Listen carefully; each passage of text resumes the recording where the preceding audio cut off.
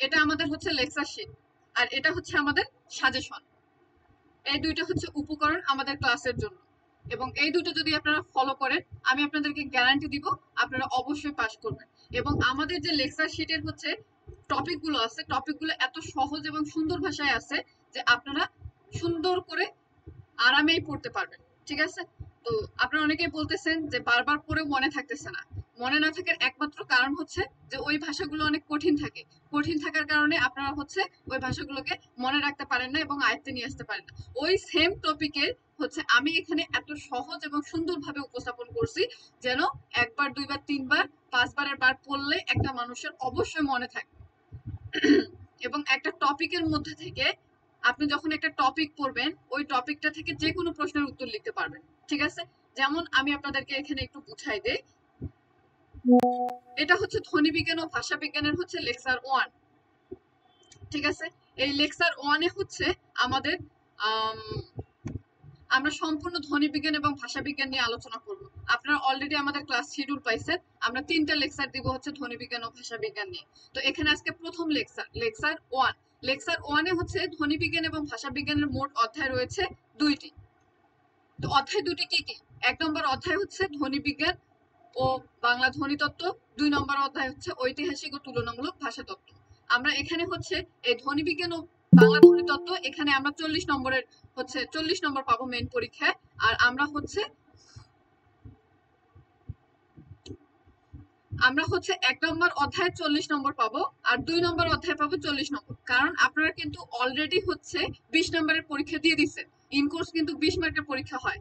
এজন্য আমরা 1 নম্বরে পাচ্ছি 40 নম্বর, 2 নম্বরে আমরা অধ্যায় পাচ্ছি, মানে 2 নম্বর অধ্যায়ে আমরা পাচ্ছি 40 নম্বর। তাহলে মোট হচ্ছে কত?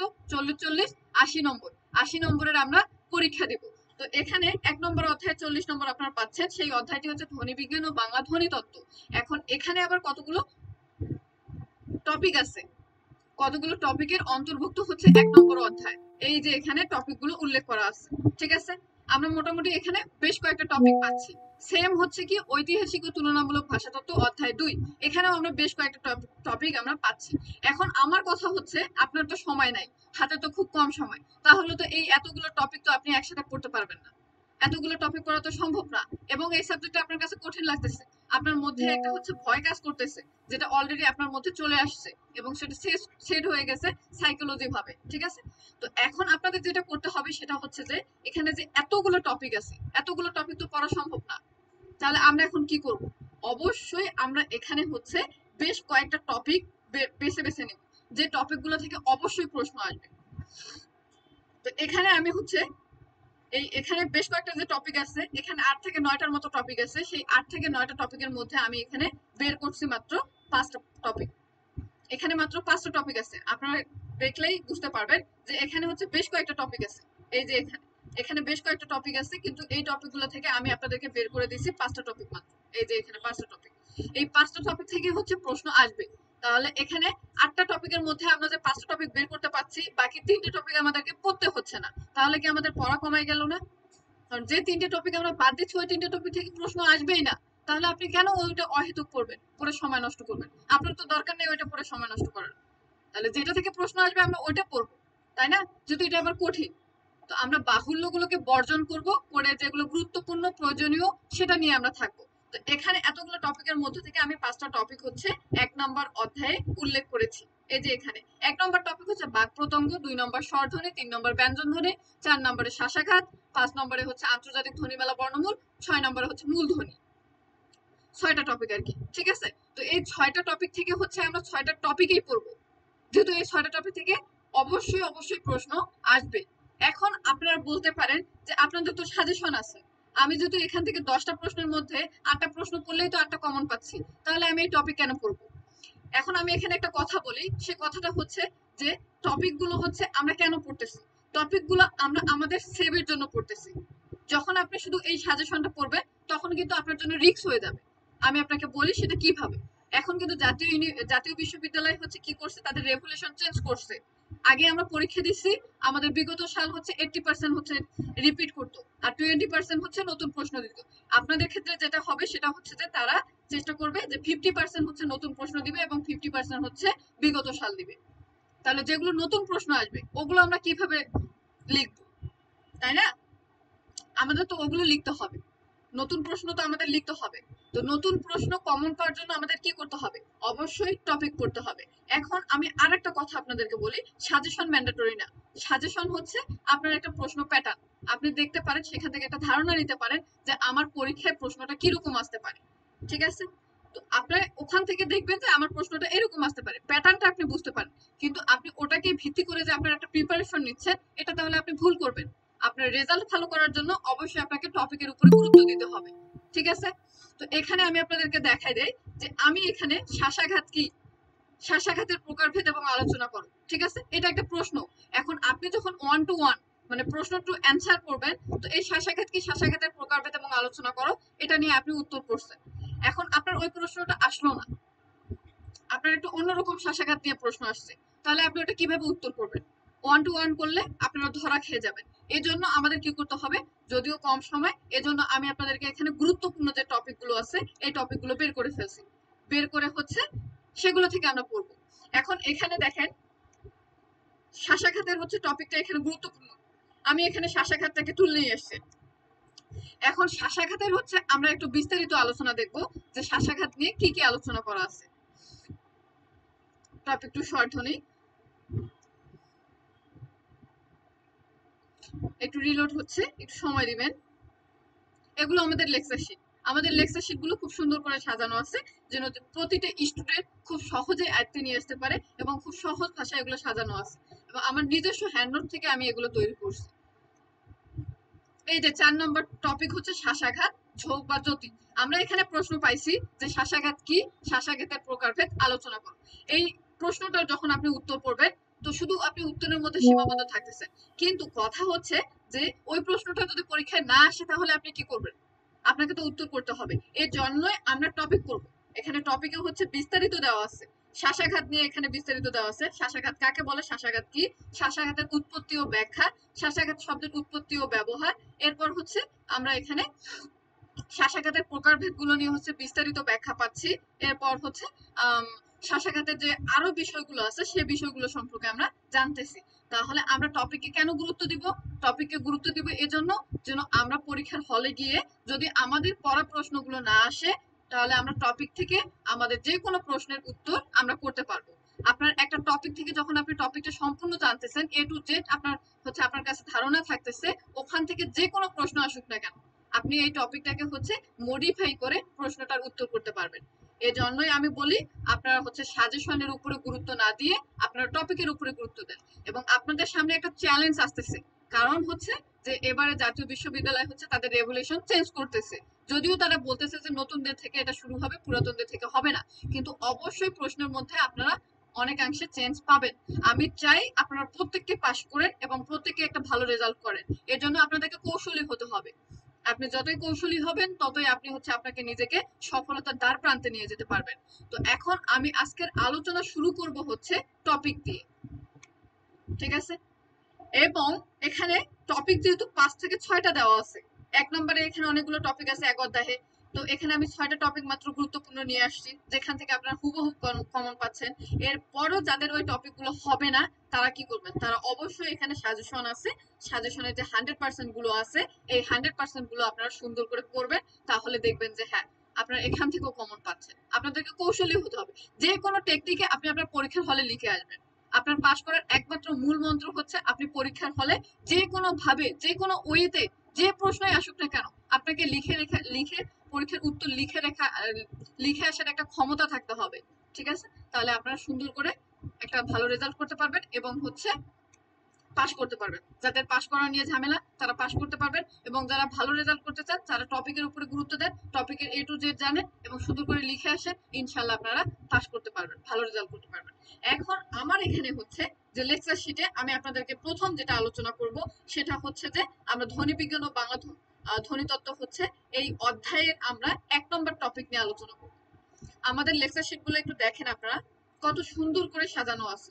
এখানে প্রতিটা জিনিসের হচ্ছে চিত্রের মাধ্যমে দেওয়া আছে। এখানে একটা চিত্র আছে, এই চিত্রের মাধ্যমে বোঝানো আছে যে কোনটা নাসিকা গহ্বর, কোনটি শক্ততালু, কোনটি দন্তমূল, এরপর হচ্ছে ফুসফুসের ব্যাখ্যা দেওয়া আছে এবং ফুসফুসের কোনটা কি অংশ, কারণ এগুলো তো আপনাকে লিখে আসতে হবে। একটা প্রশ্নের উত্তরের উপকরণ হচ্ছে এগুলো, এবং এই টপিকটা থেকে 100% প্রশ্ন আসবে। এখন আপনার টপিক জানা আছে, আমরা যে বিগত সালের প্রশ্নটা, এটার জন্য যে প্রশ্নটা আছে ওইটা পড়বো, ওটা যদি না আসে তাহলে আমরা টপিক জানতেছি, আমাদের কোনো সমস্যা নাই। টপিকে আপনি হচ্ছে এটা ওই উত্তরটার মধ্যে যে কোনো ভাবে মডিফাই করে, একটু কৌশলগত ভাবে আপনি মডিফাই করে সেটা ওখানে লিখে আসবেন, ঠিক আছে? তাহলে অবশ্যই আপনি নাম্বার পাবেন। আপনার খাতা ফাঁকা থাকলে স্যার কখনো নাম্বার দিবে না, কিন্তু আপনি খাতায় যদি একটা অক্ষর লিখে আসেন সেক্ষেত্রে স্যার আপনাকে নাম্বার দেওয়ার মতো একটা স্পেস পাবে। হুম।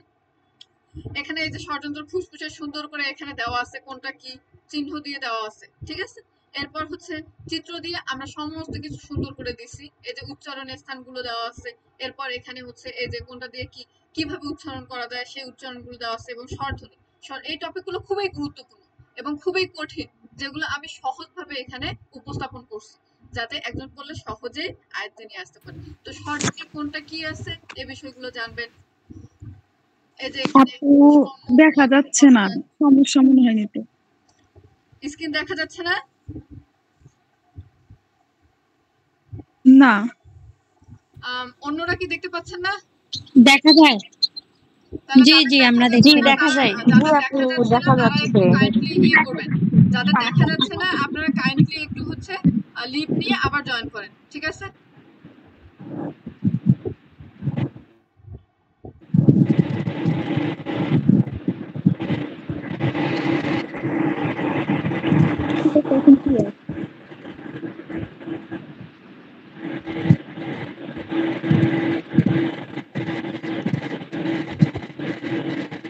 এই যে দেখেন, এবং আমাদের যারা সাজেশন নেয় তাদেরকে আমরা কিন্তু 24 আওয়ার সাপোর্ট দিই।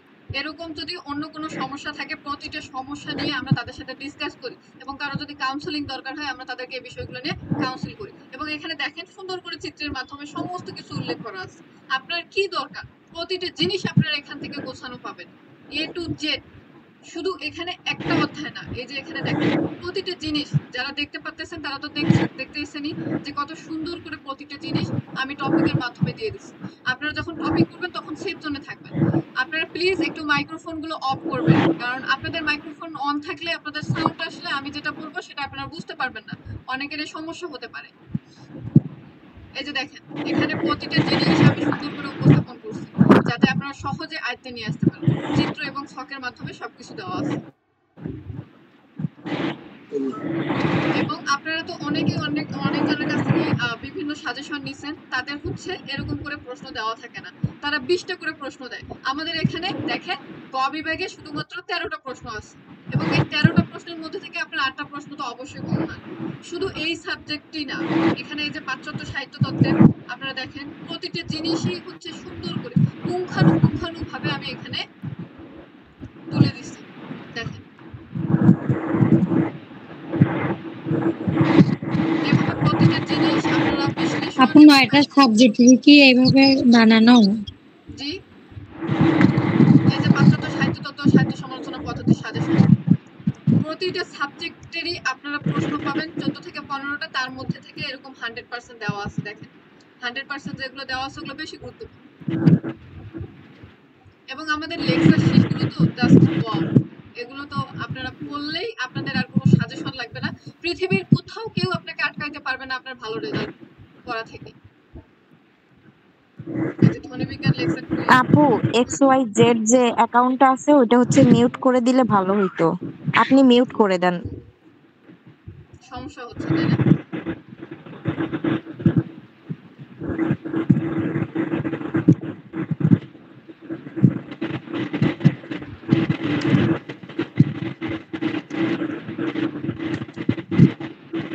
আমারও যেটা হ্যাক করে ফেলছে।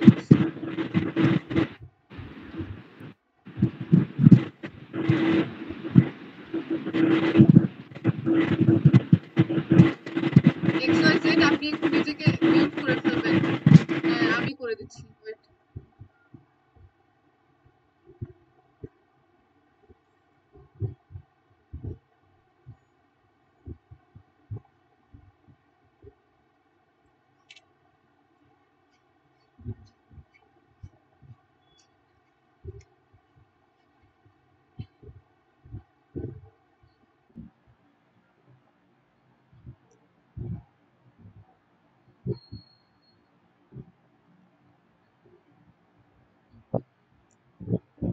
জি, আপনাদের এই লেকচার শিট গুলো দেওয়া হবে, কারণ হচ্ছে আমাদের একটা করে লেকচার শিট বানানোর পিছনে কিন্তু অনেক পরিশ্রম আছে।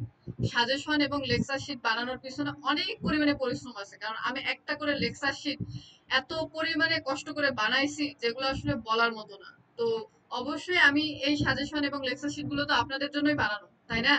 আপনাদেরকে এই যে কষ্ট করে আমি ক্লাস দিচ্ছি, একটা করে ক্লাস আপনাদের 2 ঘন্টা করে হতে পারে বা 1.5 ঘন্টা করে হতে পারে। আমার যেটা নিজের কায়িক পরিশ্রম, আমি আপনাদেরকে এটা দিতে পারি, কিন্তু আমাদের হচ্ছে যে টিম যারা কাজ করে এবং আমি নিজেও কাজ করি, তো আমাদের লেকচার শিট এবং সাজেশন গুলো নিতে হলে আপনাদেরকে কিছুটা হালকা কিছুটা পেমেন্ট করতে হবে, ঠিক আছে? আমি বলতেছি না এটা আপনাদের জন্য বাধ্যতামূলক। আপনারা যারা ক্লাস করতে চান ফ্রিতে তারা ক্লাস করবেন, যারা লেকচার শিট গুলো নিতে চান, যারা সাজেশন গুলো নিতে চান অবশ্যই নিতে পারেন, কিন্তু সেক্ষেত্রে আপনাদেরকে হালকা পেমেন্ট করতে হবে। আহামরি কোনো পেমেন্ট করতে হবে না, খুবই সামান্য পেমেন্ট আপনাদের করে সেগুলো নিতে হবে।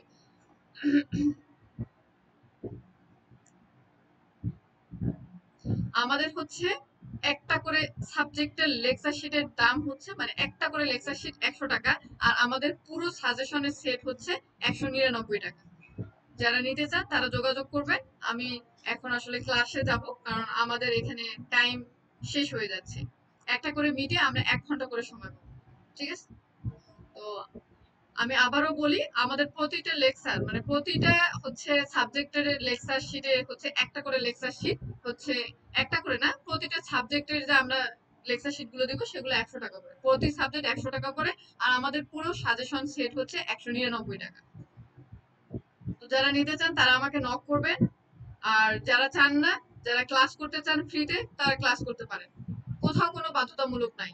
এরকম না যে আপনি যদি লেকচার শিট না নেন, সাজেশন না নেন, ক্লাস করতে পারবেন না, এরকমটা না। আপনি ক্লাস করতে পারবেন, কোনো অসুবিধা নেই। আমি যে রুটিন দিছি এই রুটিনে আপনারা ক্লাস করবেন। এবং যারা নিতে চান, তবে আমি চাই আপনারা পাস করবেন। আপনাদের হচ্ছে টাকার পাশে দেখে যদি আপনারা হচ্ছে নিজেকে একটু ইয়ে করে ফেলেন, তাহলে কিন্তু আপনাকে 1 বছর সময় ওয়েস্ট করতে হবে। 1 বছর আসলে আমরা এই টাকাগুলো খুবই সীমিত, সবাই আপনারা এফোর্ড করতে পারবেন। অতএব টাকার পাশে না দেখে আপনারা আপনাদের ভবিষ্যতের দিকে চিন্তা করেন। যাই হোক, আমি আর কথা বাড়াবো না, আমি এখন ক্লাসটা শুরু করতে চাই।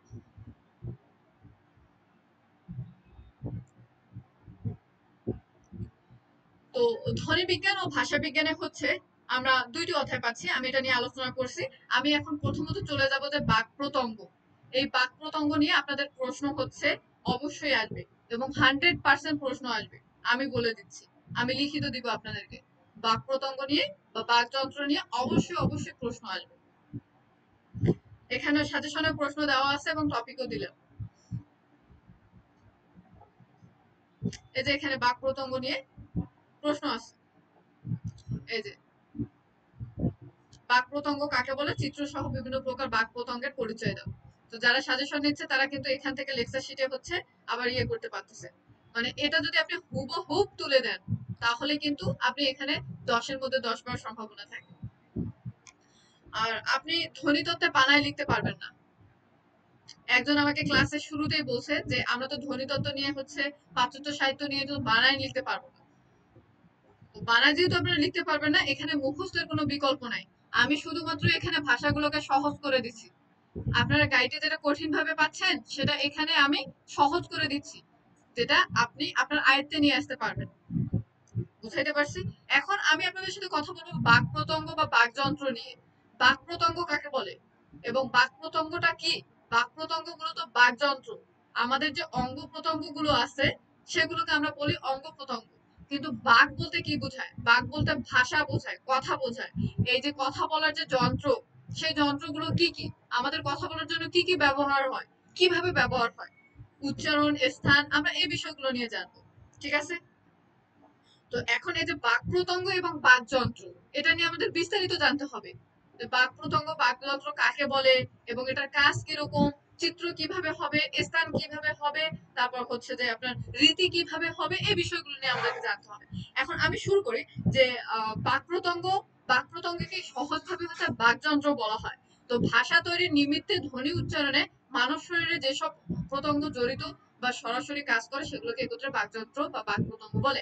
এখন আমরা সহজভাবে বলতে পারি যে আমাদের কথা বলার জন্য, বা আমাদের কথা কিন্তু ধ্বনি, এই কথা বলার জন্য এবং ধ্বনি তৈরির জন্য যেসব শরীরের অঙ্গ প্রত্যঙ্গ হচ্ছে সরাসরি কাজ করতেছে সেগুলোকে আমরা বাকযন্ত্র বলবো। তো বা বাক প্রত্যঙ্গ বলতে পারি। ঠিক আছে, আমার মনে হয় এটা এখন আপনাদের সবাইরে মুখস্থ হয়ে গেছে যে বাক প্রত্যঙ্গ বা বাকযন্ত্র কি।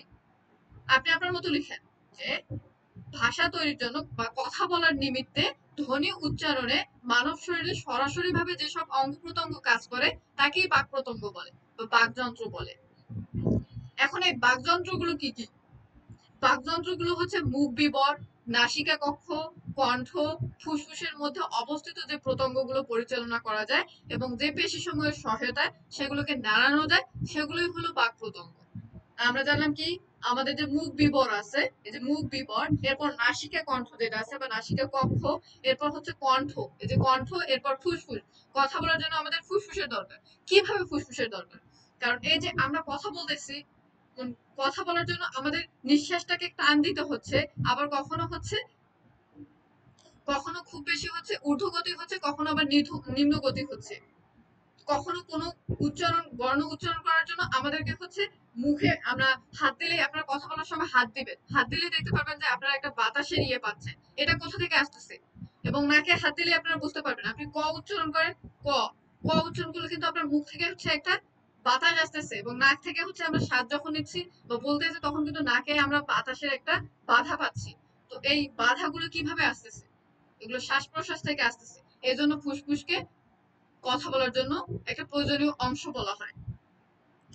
তো আমাদের কথা বলার জন্য এই যন্ত্রগুলো ব্যবহার হয়। তো বাক প্রত্যঙ্গের মূল কাজ হলো শ্বাস নেওয়া, খাবার খাওয়া, তবে ভাষা ব্যবহারে এই অঙ্গগুলো গুরুত্বপূর্ণ ভূমিকা রাখে। তো বাক প্রত্যঙ্গের মাধ্যমে আমরা বিভিন্ন ধ্বনি উৎপাদন করি যা ভাষা গঠনের মৌলিক উপাদান। তো ভাষা গঠনের মৌলিক উপাদান কি? বাক প্রত্যঙ্গ। এবং আমাদের হচ্ছে কথা বলার জন্য বা ভাষা তৈরির জন্য বাক প্রত্যঙ্গ খুবই গুরুত্বপূর্ণ। এবং আমাদের উপাদানগুলো কি? উপাদানগুলো হচ্ছে মুখ বিবর, নাসিকা কক্ষ, কণ্ঠ, ফুসফুস। তাহলে আমরা সবাই ক্লিয়ার হয়ে গেছি বাক প্রত্যঙ্গ বা বাকযন্ত্র কি। বাক প্রত্যঙ্গ হচ্ছে আমাদের কথা বলার জন্য হচ্ছে আমাদের মানব শরীরে যেসব অঙ্গ সরাসরি কাজ করতেছে তাকে বাক প্রত্যঙ্গ বলে। এবং এই উপকরণগুলো কি? এই উপকরণগুলো হচ্ছে মুখ, নাক, কণ্ঠ, ফুসফুস ইত্যাদি।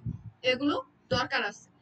তো বাক প্রত্যঙ্গের মূল কাজ হলো শুধু শ্বাস নেওয়া, খাওয়া দাওয়া করা। কিন্তু এর ব্যতীত আমরা কি করতেছি? এর ব্যতীত আমাদের যে গুরুত্বপূর্ণ অংশ সেটি হচ্ছে কথা বলা। ঠিক আছে? তো বাক প্রত্যঙ্গের কাজ মূলত আমরা কয় প্রকার পাবো? বাক প্রত্যঙ্গের মূলত আমরা কাজ পাবো দুই রকম। এক নম্বর কাজ হচ্ছে ধ্বনি গঠনে সহায়তা করা, দুই নম্বর হচ্ছে ধ্বনির প্রকৃতিগত রূপান্তরে সাহায্য করা। তাহলে আমরা বাকযন্ত্রের এই যে বাক প্রত্যঙ্গ আছে, এই যে বাক প্রত্যঙ্গ এবং যে বাক যন্ত্র আছে, এটাকে আমরা দুই রকম ভাবে কাজ করতে দেখি। এক নম্বর কাজ করতেছে সে ধ্বনি, আমরা যে কথা বলতেছি, কথা বলার জন্য তার সে আমাদেরকে সহায়তা করতেছে। এবং ধ্বনির যে একটা প্রাকৃতিগত রূপ আছে, যেমন ক, কে উচ্চারণ করার জন্য আমাদের যন্ত্রগুলো সহায়তা করতেছে এবং এটার একটা রূপগত পরিবর্তন। যখন আমরা ক বলতেছি তখন কিন্তু রূপগত একটা ইয়ে আসতেছে, রূপান্তর আসতেছে এবং আমরা একটা চিত্র দেখতে পাচ্ছি। কিন্তু এর পাশাপাশি আমাদেরকে কি করতেছে? বাকযন্ত্র আমাদেরকে সহায়তা করতেছে এই কথাগুলো বলার জন্য। তবে সব বাক প্রত্যঙ্গ সমানভাবে সক্রিয় নয়। তো যতগুলো বাক প্রত্যঙ্গ আছে আমাদের, এই বাক প্রত্যঙ্গ গুলো কিন্তু সবগুলোই সরাসরি ভাবে কাজ করে না, মানে প্রত্যক্ষ কাজ করে না। তাই সক্রিয়তার ভিত্তিতে বাক প্রত্যঙ্গ গুলোকে দুই ভাগে ভাগ করা হয়েছে। যেহেতু এই বাক প্রত্যঙ্গ গুলো আমাদের সরাসরি সবগুলোই কাজ করতেছে না, যেগুলো প্রত্যক্ষ করতেছে আমরা সেগুলোকে এক পাশে পাবো এবং যেগুলোকে প্রত্যক্ষ কাজ করে না, নিষ্ক্রিয় ভাবে কাজ করতেছে, সেগুলোকে আমরা আরেক পাশে নেব। তো এখানে দেওয়া আছে সক্রিয় বাকতন্ত্র। তো সক্রিয় বাকতন্ত্র আমি বললাম যে যে ধ্বনিগুলো হচ্ছে উৎপাদনের সময় নড়াচড়া করে, যেগুলো ধ্বনি উৎপাদনের সময়, যেমন হচ্ছে কি জিহ্বা, জিহ্বা কিন্তু কি করতেছে? জিহ্বা কিন্তু আমরা কথা বলার সময় জিহ্বা কিন্তু নড়াচড়া করতেছে, মুভমেন্ট করতেছে। ঠোঁট, আমি যে কথা বলতেছি এই ঠোঁটও কিন্তু মুভমেন্ট করতেছে। নরম তালু যে আছে উপরে, সেই নরম তালু কিন্তু তার অবস্থান পরিবর্তন করে না, কিন্তু হচ্ছে সে মুভমেন্ট করে, মানে নড়াচড়া করে। তাহলে সক্রিয় কোনগুলো? সক্রিয় হচ্ছে জিহ্বা, ঠোঁট, নরম তালু। এখন যেগুলো হচ্ছে নড়তেছে সেগুলো কি? সেগুলো হচ্ছে শক্ত তালু। এই যে শক্ত তালু আছে আমাদের, সেই শক্ত তালু হচ্ছে উপরের দিকে এবং পশ্চাৎপাত, সেই পশ্চাৎপাতে শক্ত তালু কিন্তু নড়তেছে না। আমাদের তালুর কিন্তু হচ্ছে সামনের দিকটা নড়ে, পিছনের দিকটা কিন্তু নড়ে না। এরপর দাঁত, দাঁতের কিন্তু আমরা কোনো মুভমেন্ট পাচ্ছি না, দাঁত আমাদের মুখ কাজ করতেছে কিন্তু দাঁত কিন্তু নড়তেছে না। ঠিক আছে? তো এগুলো হচ্ছে কি নিষ্ক্রিয় বাকতন্ত্র। তাহলে আমরা হচ্ছে ধ্বনিগত কয়টি রূপ পাইলাম, মানে বাকযন্ত্রের যে 2 রকম রূপ, সেই 2 রকম রূপগুলো আমরা এখানে পাইলাম। এরপর আমরা পাচ্ছি আমাদের কিছু প্রত্যঙ্গ প্রত্যক্ষভাবে কাজ করতেছে, কিছু আবার অপ্রত্যক্ষভাবে কাজ করতেছে। তো যেগুলো প্রত্যক্ষ করতেছে সেগুলো হচ্ছে জিহ্বা, ঠোঁট, নরম তালু, আর যেগুলো প্রত্যক্ষ করতেছে না সেগুলো শক্ত তালু এবং দাঁত। তো এখানে হচ্ছে ধ্বনি উৎপাদনের সময় এই প্রত্যঙ্গগুলো একে অপরের সাথে সংযোগ বা ঘর্ষণ ঘটিয়ে বিভিন্ন ধরনের ধ্বনি ধ্বনি তৈরি করে।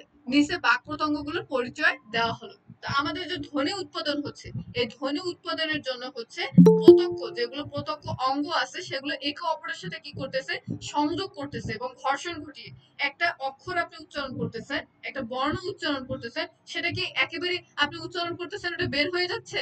না। এই যে আমি না উচ্চারণ করতেছি না, এখানে কিন্তু জিহ্বাটা উপরে লাগতেছে না, এটা কিন্তু সরাসরি বের হচ্ছে না। যেমন ক উচ্চারণ আমি করতেছি, এটা কিন্তু সরাসরি বের হচ্ছে ক। তো না উচ্চারণ করতে গিয়ে কিন্তু আমার নাটা কি হচ্ছে, ঘর্ষণ প্রাপ্ত হচ্ছে এবং বাধা প্রাপ্ত হচ্ছে। তো এটার আমরা হচ্ছে একটা চিত্র দেখব যে কোথায় কোন অংশটা আছে, কোথায় কোন অঙ্গটা আছে এবং আমাদের এই ধ্বনিগুলো কিভাবে বের হয়। তো নিচে বাক প্রত্যঙ্গের পরিচয় দেওয়া হলো। এখানে নাসিক্য গহ্বর বলা হয়, এটাকে আবার আপনারা মাথা ধরিয়ে নেন। এই অংশটাকে নাসিক্য গহ্বর, এটা কিন্তু একটা মাথা না, কারণ এটা গলার, আপনার যে এই যে গলাটা আছে না, গলাটার উপরে নাকের নাকের হচ্ছে একটা হচ্ছে ইয়ে আছে, মানে সংযোগ আছে।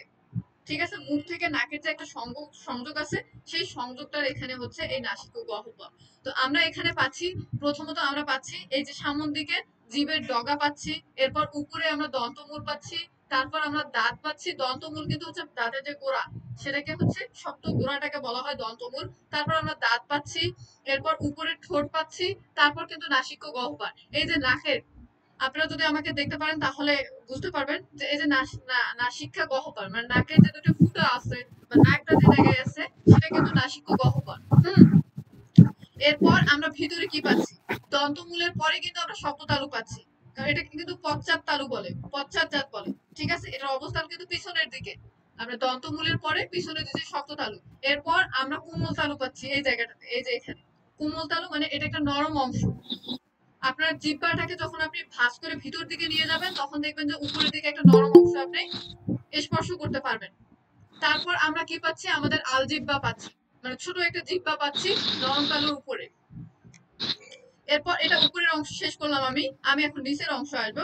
নিচের অংশ হচ্ছে জিভের যে ডগা, এটা হচ্ছে এই এই যে জিভের এটা ডগা। ঠিক আছে, এরপর হচ্ছে আমরা জিভের পাতাটা পাচ্ছি, এটাকে সম্পূর্ণ জিভের পাতা বলা হয়।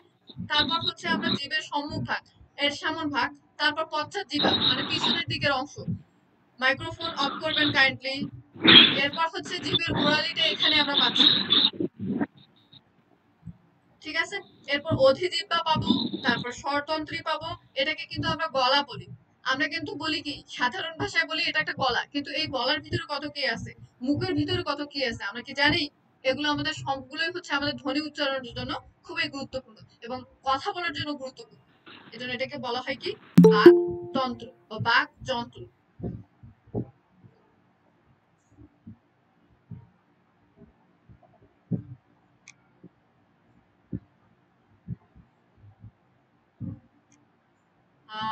এই লিঙ্কে হচ্ছে 10 মিনিট সময় আছে। তো আমাদের এই লিঙ্কের যদি ক্লাসটা এখানে শেষ হয়ে যায় তাহলে হচ্ছে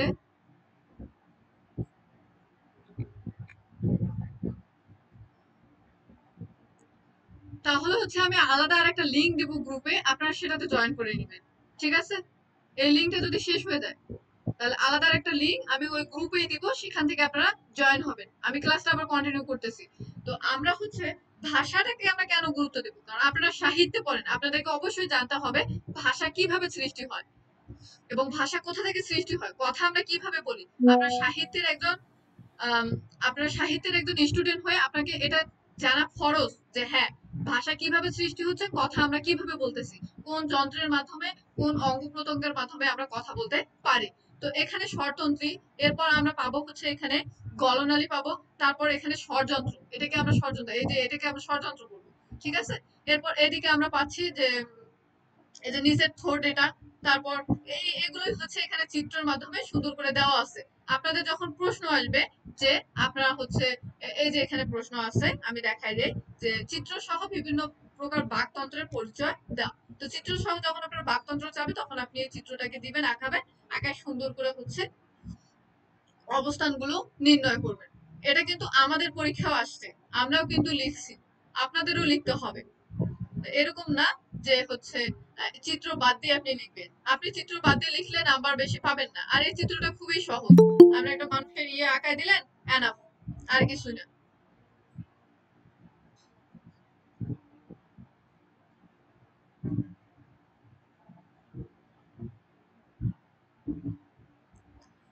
তো আমরা এখানে পাইলাম যে বাক প্রসঙ্গের যে বিভিন্ন পরিচয় আমরা সেগুলো পাইলাম। এখন আমরা প্রতিটা অঙ্গকে নিয়ে, প্রতিটা প্রত্যঙ্গকে নিয়ে আমরা একটু ব্যাখ্যা দিব, মানে ব্রিফ করবো। ঠিক আছে, আমাদের ব্যাখ্যাগুলো দরকার আছে।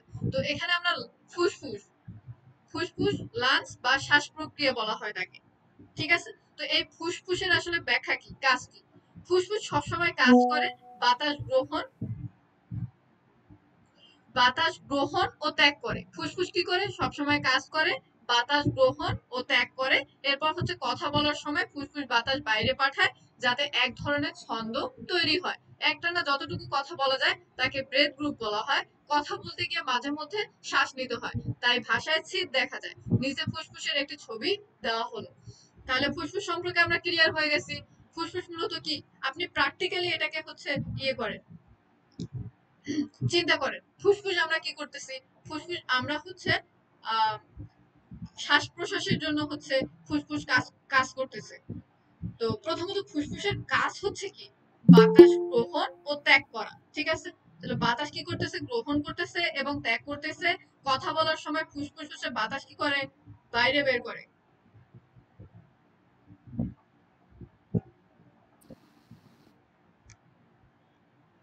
ফুসফুস, ফুসফুসের কাজ হচ্ছে সে বাতাস গ্রহণ করবে এবং বাতাস ত্যাগ করবে।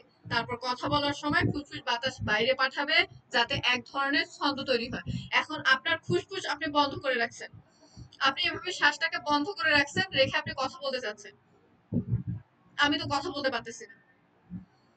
আপনারা নিজেরা ট্রাই করেন, আপনার নিঃশ্বাসটাকে আপনি বন্ধ করে দেন, আপনার শ্বাস প্রশ্বাস বন্ধ করে আপনি একটা কথা বলার চেষ্টা করেন, দেখবেন আপনি কথা বলতে পারতেছেন না। তাহলে আপনাকে শ্বাস প্রশ্বাস দিয়েই কিন্তু আমরা কথা বলি, এবং এই শ্বাস প্রশ্বাসের হচ্ছে বাতাসের গতির উপরে হচ্ছে পরিমাপ করে আমাদের ধ্বনিগুলো উচ্চারণ হয়। তো একটানা যখন যতটুকু কথা বলা হয় তাকে ব্রেথ গ্রুপ বলা হয়। আমরা একটা নিঃশ্বাস নিয়ে কথা বলতেছি, আমি একটা নিঃশ্বাস নিয়ে কথা বলি, যে একটানা যতটুকু কথা বলা হয় তাকে ব্রেথ গ্রুপ বলা হয়। এই যে আমি এই লাইনটা পড়লাম, এটা একটা ব্রেথ গ্রুপের মধ্যে পড়ে। যেমন আমি আজকে চতুর্থ বর্ষে ক্লাস নিচ্ছি ধ্বনি বিজ্ঞান ও ভাষা বিজ্ঞান, এটা কিন্তু একটা ব্রেথ গ্রুপ হয়ে গেছে। ঠিক আছে, মানে একটা নিঃশ্বাসের গ্রুপ, যেখানে আমি একটানা কথা বলতেছি। তো যখন আমরা একসাথে একটানা কথা বলবো আমরা সেটাকে ব্রেথ গ্রুপ বলবো। তো কথা বলতে গিয়ে মাঝে মধ্যে কি করতে হয়? শ্বাস নিতে হয়। আমাদের এজন্য বিরাম চিহ্নের ব্যবহার হয়েছে। তো কথা বলতে গিয়ে আমরা মাঝে মধ্যে শ্বাস নিব, নাহলে আমরা হাঁপায় যাব, একটানা আমরা কথা বলতে পারবো না। তো তাই ভাষায় ছেদ দেখা যায়। যখন আমরা বিরাম নিচ্ছি বা বিশ্রাম নিচ্ছি, তখন আমাদের কি ভাষাটা কি হচ্ছে? একটু ব্রেক নেওয়ার কারণে ছেদ হচ্ছে। তো আপনি গানের সুরগুলোতে কি হয়? গানের সুরে কি বলে? আমি তোমাকে ভালোবাসি, এটা তো একসাথে বলতে হবে, তাই না? এখন আপনি বলতেছেন আমি তোমাকে, বলার পর ভালোবাসি বলতেছেন অনেকক্ষণ পরে, তো এটা ছেদ করতেছে না, একটা সম্পূর্ণভাবে সুন্দর একটা ছন্দময়তা হচ্ছে না। এজন্য আপনাকে আমি তোমাকে ভালোবাসি সেটা বলতে হলে একেবারে একটা লাইনে বলতে হবে। তো এখানে নিচে ফুসফুসের একটা ছবি দেওয়া হয়েছে। ক্লাসের কি আরো সময় আছে?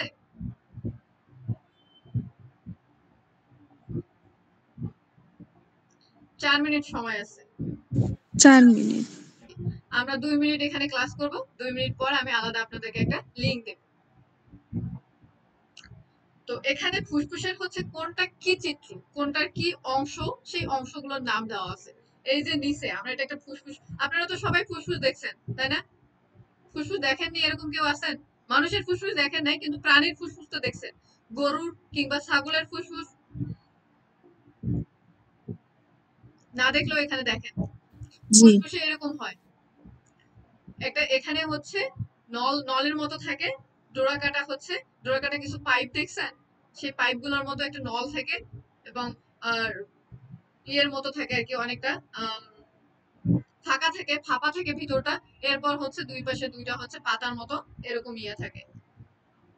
তো এগুলোকে কোনটাকে কি বলতেছে? ফুসফুস যে আমাদের কথা বলার জন্য কাজ করতেছে, সেটা কোন অংশটা কোঠার, মানে কোন অংশটা কোনটার জন্য হচ্ছে সে সংযোগ ঘটাচ্ছে এবং কোনটার উপরে সে হচ্ছে আম, গুরুত্ব দিচ্ছে, আমরা এটা জানি। 1 নম্বরে এখানে নাম্বার দেওয়া আছে এবং এদিকে হচ্ছে অংশ চিহ্নিত করা আছে। তো 1 নম্বর এই জায়গাটাকে সেটাকে বলা হয়েছে যে মধ্যস্থতা বা ডায়াফ্রাগ্রাম। ঠিক আছে, এরপর ডান ফুসফুস 2 নম্বর অংশ যেটা, এটা হচ্ছে ডান ফুসফুস। এরপর 3 নম্বর অংশ হচ্ছে বাম ফুসফুস। এরপর 4 নাম্বার আমরা যেটা পাচ্ছি এটা হচ্ছে শ্বাসনালী, যেখান দিয়ে আমরা শ্বাস নিচ্ছি। এটা ডোরা কাটা পাইপের মতো যেটা, সেখানে আমরা কি করতেছি, ওটা দিয়ে শ্বাস নিচ্ছি। এরপর 5 নাম্বার হচ্ছে বায়ুনালী। শ্বাসনালী আলাদা, বায়ুনালী আলাদা। কারণ বায়ু আবার হচ্ছে এই যে এই পাশে একটা চিকন দেখতে পাচ্ছেন, এটাকে বায়ুনালী বলা হচ্ছে। ওটা দিয়ে বাতাস যাওয়া আসা করে। শ্বাসনালীতেও একই বাতাস যাওয়া আসা করে, কিন্তু পার্থক্য আছে। এরপর হচ্ছে স্বরতন্ত্রী, আমরা কিন্তু এখানে স্বরতন্ত্রী পাইছি, এই যে এটা স্বরতন্ত্রী আছে না, একেবারে যে ডোরাকাটা পাইপ, সেটা হচ্ছে কি স্বরতন্ত্রী মধ্যপদ, মানে মাঝখানের পদ। এরপর আমরা অধিজিহ্বা পাচ্ছি, এই যে এখানে 7 নাম্বার। অধিজিহ্বা মানে হচ্ছে কি আলজিহ্বা, অর্ধেক জিহ্বা, ওটাকে অধিজিহ্বা বলা হচ্ছে বইয়ের ভাষায়। যাই হোক, আপনাদের আর একটা লিঙ্কে জয়েন করতে হবে, এই লিঙ্কের সময় শেষ হয়ে গেছে। আমি আপনাদেরকে আরেকটা লিঙ্ক দিচ্ছি, সেখানে একটু জয়েন করেন।